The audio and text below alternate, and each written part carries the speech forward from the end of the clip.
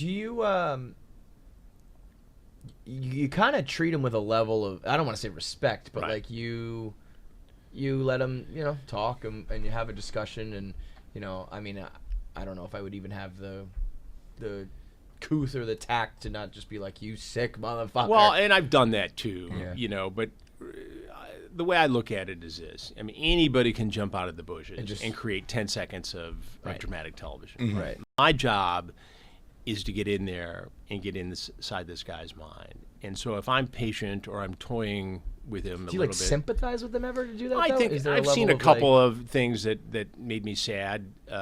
We had a guy who was 19 or 20 who went on about being overweight and this and that, and he suffered from depression, and he's just trying to meet a girl, and for a minute you can feel sad. But the reality is, I've but felt what that happens watching it, and I get mad at myself. Yeah, but what happens? This guy does, assault a child. Yeah. And what's the difference, by the way, between a 19-year-old doing this and a 39-year-old? Right. This isn't a high school Romeo-Juliet situation. This isn't nailing a 17-year-old for trying to get with a 15-year-old who are both in high school. Right. These are cases where it's clearly an adult preying upon a child. And to me, there's no gray area there. What about those other situations, though? I feel like, you see that every now and then where I do kind of go like, well...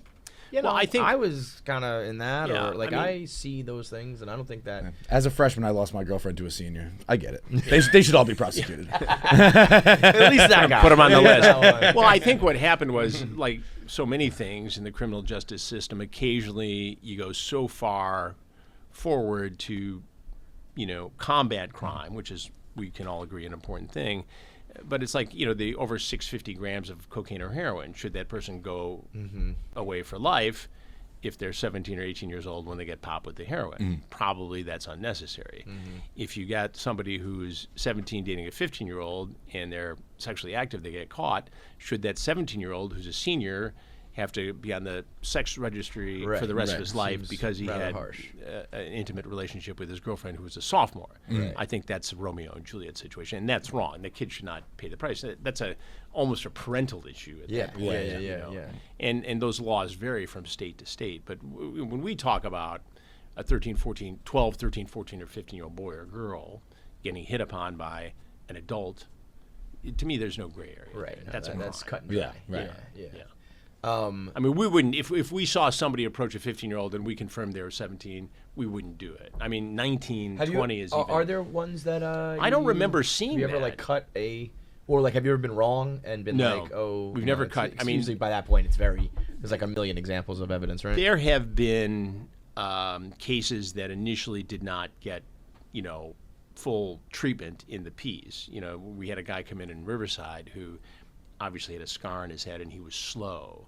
And so he was shown as a guy who came in to meet a child, but we didn't get into the whole thing. He wasn't that articulate. But some weeks later, the same guy shows up in Long Beach, California, in a separate investigation, and we learn he did a year in jail for a violent assault. Well, this guy's making the movie at this point. You're going to be in the show. Yeah.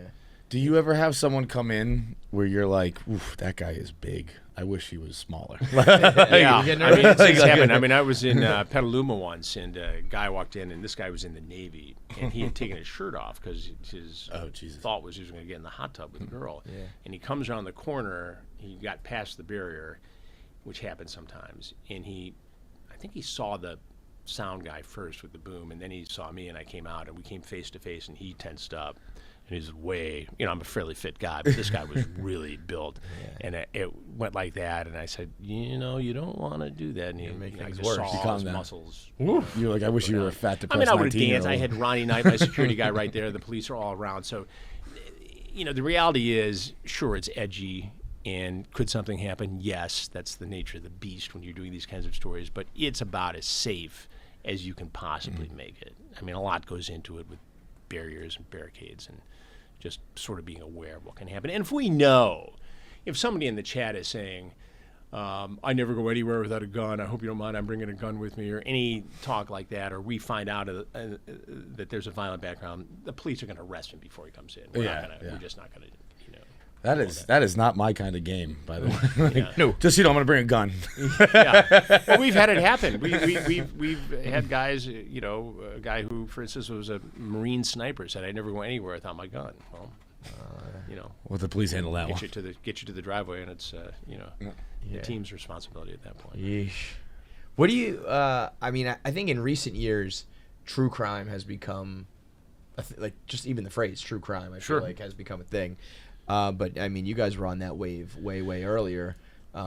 Yours was more like current and unfolding as well, more than cold cases and whatnot. But we infiltrated the commission of a crime, so Right, people yeah. could see it as it happens. Now, obviously, we can get video of things after the fact, and police video and body cam and all things like that. But very rarely did you ever see somebody in my business who was there as this was going down and took part in the questioning of the person. Yeah. So that's, I think, what made it so compelling, especially. Right. I mean, it people probably expect is it now, but Do you get a little jealous? You're like, I've been on this. Yeah, like No, I think do you think you were the first? I feel like you were the first. I don't know if I was the first. I mean, people are doing a lot of good crime reporting for years, and doing investigative reporting and hidden camera reporting. But as far as that, like, kind of viral or like popularity wave of like everybody talking about it. We hit this and continue to do it in an environment where things become viral very quickly. Yeah.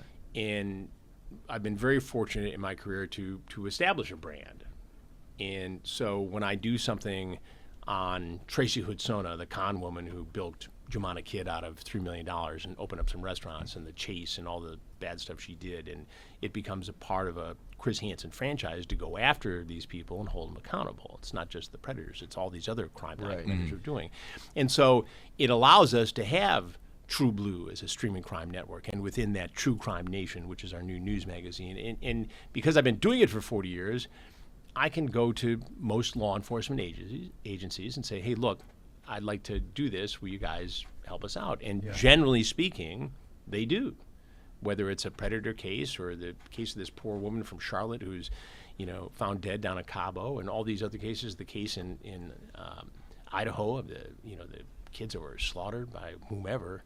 I mean, all those cases, when I walk into a police department, typically they're going to give me as much as, if not more, than anyone else, because there's this trust there. There's this, feeling of, well, he knows what we do, and he's not going to screw us over. I don't have any bad blood with law enforcement. I mean,